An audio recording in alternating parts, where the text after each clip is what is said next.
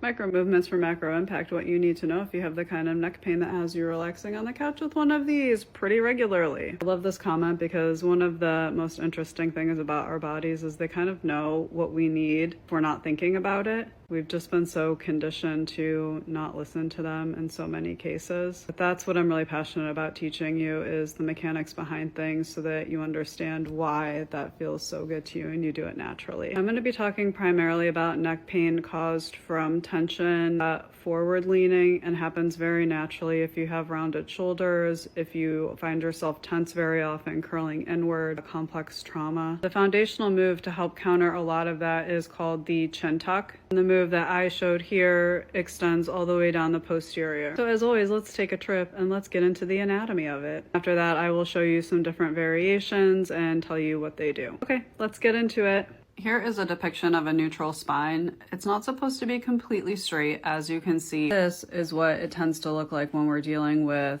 forward head. As this curve develops, the muscles elongate to compensate, which is why we need to strengthen or tighten those muscles up. It's part of the process. I talked last week about how when these muscles are tight and then these muscles are loose, we need to work on strengthening these muscles and not strengthening the muscles up here. And I want to reiterate why this is important. We also have, this is the erector spinae. It's a combination of these muscles that run all the way down our backs. And as you can see, they connect in right around the same area of the traps. This is technically part of the posterior core. We do core work. It's not just the front, it's the back as well. We increase the movement from a chin tuck to something like an extension off of the floor, a spinal extension. This is how we're adding in that posterior deep core work as well. And that's why, even though it's useful to do things to focus on just forward head,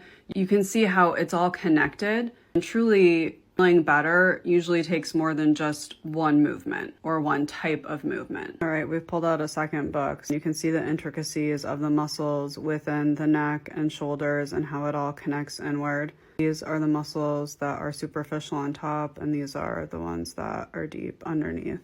And you can see they run all the way up to the base of the skull, hence things like tension headaches. They call these turtlenecks, I call them chin tucks. You can sit against a wall, you can sit in a chair. It's really just about tucking the chin,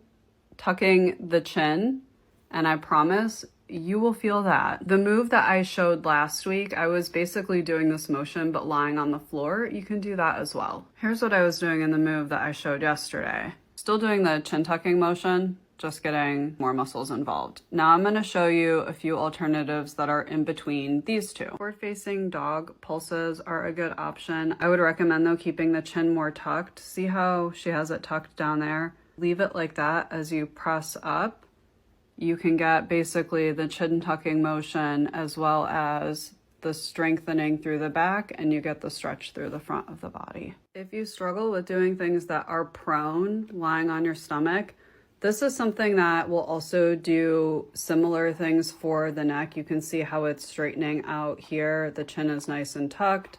You can see it's strengthening a little bit of the back of the body, stretching the front. Thanks for putting up with my low demand content today while I'm in pain. So if these are not accessible to you, don't worry. I'm gonna show plenty more things that work these same muscles. I apologize that there weren't a lot of seated options in this. I recognize that, but it's because I was talking about strengthening the whole posterior, and it's really hard to do that with seated options. Not every video is going to be for everybody, but I will make sure that there are plenty of things for you to work on all the different areas of your body in different ways. Next week, we're gonna get into stretches for the front of the body.